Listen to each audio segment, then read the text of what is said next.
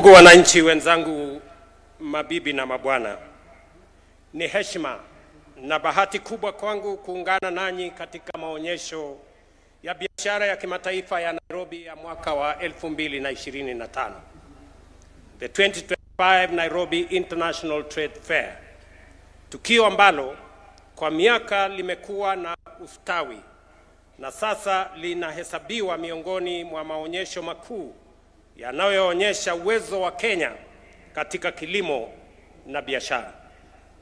From the dawn of our independence to this very day, agriculture, our sector ya kilimo, has remained the cornerstone of our economy, ama uti wa mgongo wa uchumi wetu. Kilimo ndicho kinacholisha taifa, kinaendesha viwanda vyetu na kimekuwa chanzo cha riziki kwa mamilioni ya wananchi. On its part, trade is the bloodstream of our prosperity. Ama ndiyo inayobeba mazao ya mashamba yetu na bidhaa kutoka viwandani kupeleka masoko ya humu nchini na masoko ya kimataifa. Together, agriculture and trade are the twin engines that drive Kenya's inclusive growth and national development. The theme of this year's show, promoting climate-smart agriculture and trade initiatives for sustainable economic growth, could not be more timely. It reminds us that for Kenya to thrive, agriculture must not only feed our people, but also adapt to climate change, embrace sustainability, and leverage innovation. Hii mada pia inatufunza kwamba biashara ndiyo daraja kati ya uzalishaji na ustawi. Pasipo biashara nzuri, jasho la wakulima wetu haliwezi kuleta mapato, ajira ama ukuaji. Yet, ladies and gentlemen, the full potential of agriculture has for long been constrained by formidable changes and challenges.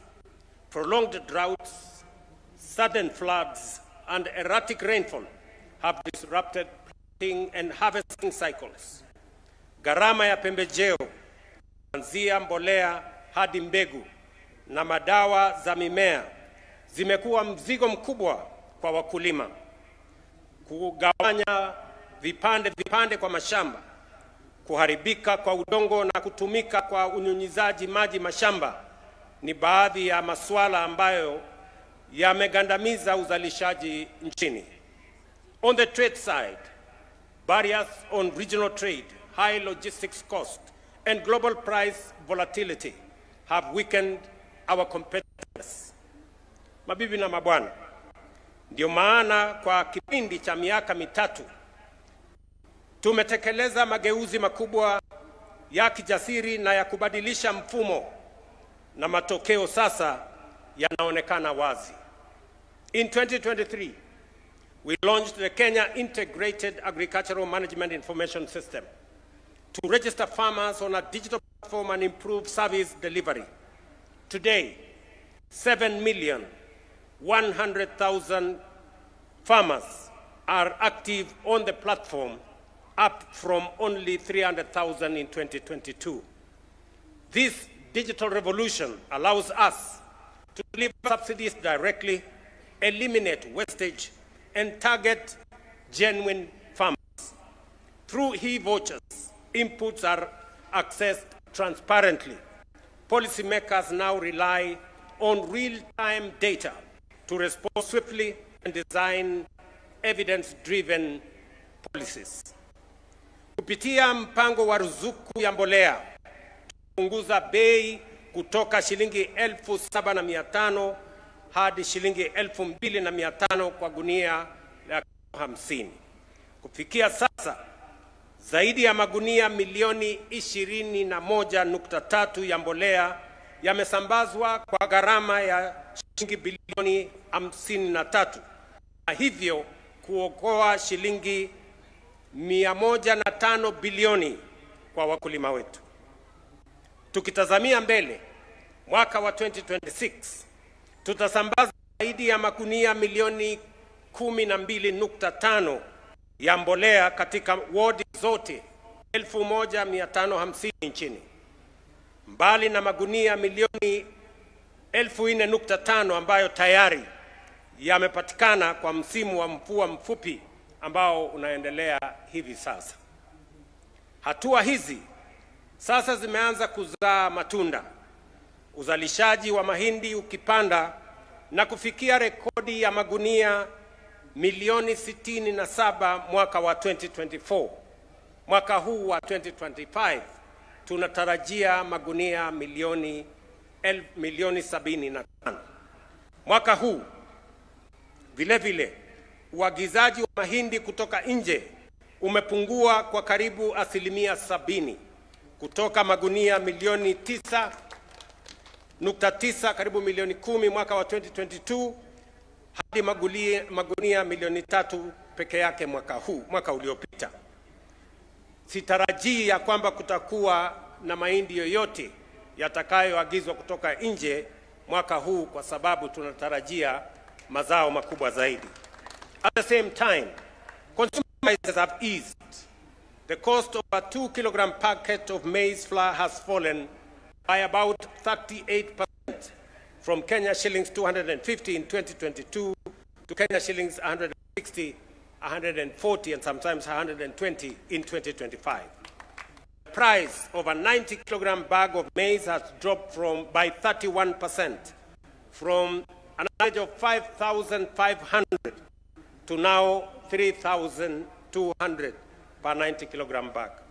Uzalishaji wa chai umeongezeka kwa 12%, huku mapato yakipanda kwa 40%, kutoka shilingi bilioni 138 mwaka wa 2022 hadi shilingi bilioni 215 mwaka wa 2024. Mapato ya wakulima wadogo yamepanda kutoka shilingi 50 kwa kilo moja hadi shilingi 64 kwa kilo moja ya majani mabichi ya chai. I'm also happy to report that the Kenya Development Corporation has secured a Kenya shillings 3.7 billion concessionary loan to KTDA to modernize equipment in smallholder factories, reduce production costs, and diversify into orthodox tea to address the global glut in black CTC. My minister tells me he rang the bell yesterday, is that correct? A week ago, on the sale, the initial sale of orthodox tea at the tea auction. Katika sekta ya kahawa, bei yamepanda kutoka shilingi 60 ama 70 hadi shilingi 120, kati ya 120 na 140 kwa kilo. Serikali imeweka shilingi bilioni 3 katika hazina ya kushughulikia wakulima wa kahawa ama Coffee Cherry Revolving Fund na kufutilia mbali kufikia sasa. Aidha, tumeimarisha shughuli ya kutoa miche na mbolea ili kuongeza mara 3 uzalishaji wa kitaifa kufikia mwaka wa 2028. Katika sekta ya parachichi, miche milioni 3.9 imesambazwa tangu mwaka wa 2022. Kwa makadamia, korosho na nazi, zaidi ya miche milioni 3 imetolewa kwa wakulima. Mabibi na mabwana, sekta ya maziwa imeongezeka kwa lita milioni 700 tangu mwaka wa 2022, na wakulima sasa wanahakikishiwa kiwango cha chini cha kati ya shilingi 45 na shilingi 50 kwa lita moja. Mauzo ya maziwa katika masoko ya nje ya nchi umeongezeka maradufu, huku mitambo ya barafu 300 ama milk cooling plants 300 ikisambazwa kwa vyama vya wafugaji wa ng'ombe ya maziwa. In leather, exports of value-added goods rose by 56%, and local shoe production reached 11.4 million pairs this year, the highest in Kenya's history. Fellow citizens, Kenya cannot and will not continue to be an exporter of raw produce. For decades, we have exported our tea, our coffee, our livestock, our minerals, our cotton, our hides and skin, and even our fish in raw form, only to import them at a premium as finished products. This model has denied our farmers, workers, entrepreneurs the full value of their hard work and ingenuity. That era must come to an end. Through our special economic zones, county aggregation industrial parks, and common user facilities, such as the one recently launched in Vipingo, and the ones we are launching soon in Dongo Kundu and Naivasha, we are determined to add value to every product, to create jobs for our people, and to raise incomes for farmers, and to ensure that more wealth stays and more value stays in Kenya. Aidha, tunajenga maeneo maalum ya viwanda vya kukusanya, kutayarisha na kuongezea dhamana kwa mazao yetu ama county aggregation and industrial parks katika county zote 47. Hivi ndivyo tutakavyokuwa vituo vya wakulima kupeleka mazao yao, kupata hifadhi ya baridi, mahala ya kisasa na mitambo ya kuongezea dhamani, na kuunganishwa moja kwa moja na masoko ya ndani na masoko ya kimataifa. Pia tukipunguza hasara ya mavuno baada ya mavuno, kuondoa madalali wanaowanyonya wakulima, yaani brokers na cartels na watu wengine huko katikati, kupunguza gharama ya usafirishaji na kuhakikisha kwamba wakulima wanapata malipo bora. Katika elimu, tunatekeleza mfumo mpya wa ufadhili unaolenga wanafunzi kwa elimu ya juu, na tuko njiani kuajiri walimu 1,100 zaidi ili kulinda mustakabali wa watoto wetu. Katika afya, zaidi ya Wakenya milioni 26.5 wamesajiliwa chini ya Social Health Authority, wakihakikishiwa huduma bora na nafuu. Mageuzi haya ni hatua za kisia, ni mpango makusudi na shupavu kwa kuunda mpya uchumi na jamii ya taifa letu la Kenya. Tunadhihirisha ukubwa wa maeneo yetu, kina cha dhamira yetu na hakika ya hatima yetu kama taifa linaloinuka. The outcomes we have achieved so far affirm a simple truth. Kenya has never lacked resources or talent or ideas. What we lacked was steadfast focus, courage of conviction, and bold leadership to rise above mediocrity and pursue excellence.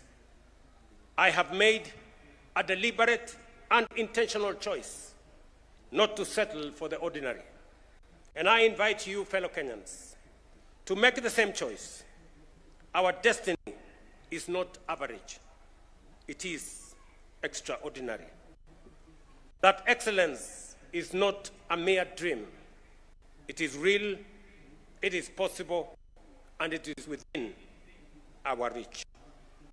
As I speak on matters agriculture, and the minister is here with his team, much as we have achieved what we have achieved, we have managed to stabilize the agricultural sector. We have digitized the whole space, registered 7.1 million farmers.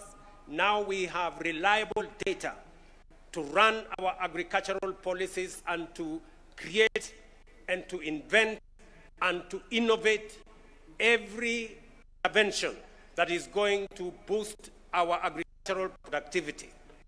We have also made available resources for all inputs, from fertilizer to seeds and all the way to pesticides. We have also removed brokers, cartels, and people who undermine farmer prices from our space. We have stabilized our production. We are seeing increases in food production, in maize, in wheat, in tea, in coffee, and in all the other products. But ladies and gentlemen, that is not enough. We have just arrived at the base. It is now necessary for us to take the next step and transform our agriculture so that we can reduce any imports of food into Kenya. For your information, ladies and gentlemen, we still import up to 400 billion worth of food products into Kenya.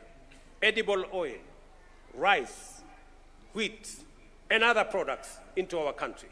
And these are products we can produce in Kenya. We can produce enough rice. We can do wheat. We can produce enough maize. We can produce enough sugar. We can produce enough edible oil in the Republic of Kenya. And therefore, our next phase, and that is why I am saying we must stop working with the ordinary. We must stop working with the usual. We must not make peace with what is average. We now must up our game in the agricultural sector. We must move our agriculture to the next level. And the next level involves matters irrigation.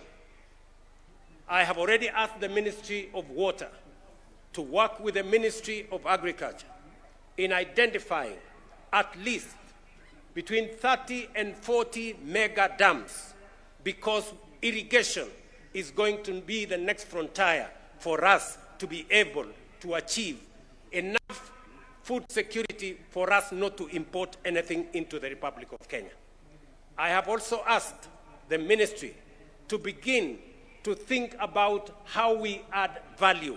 I have said Kenya cannot continue to be an exporter of raw materials into other countries.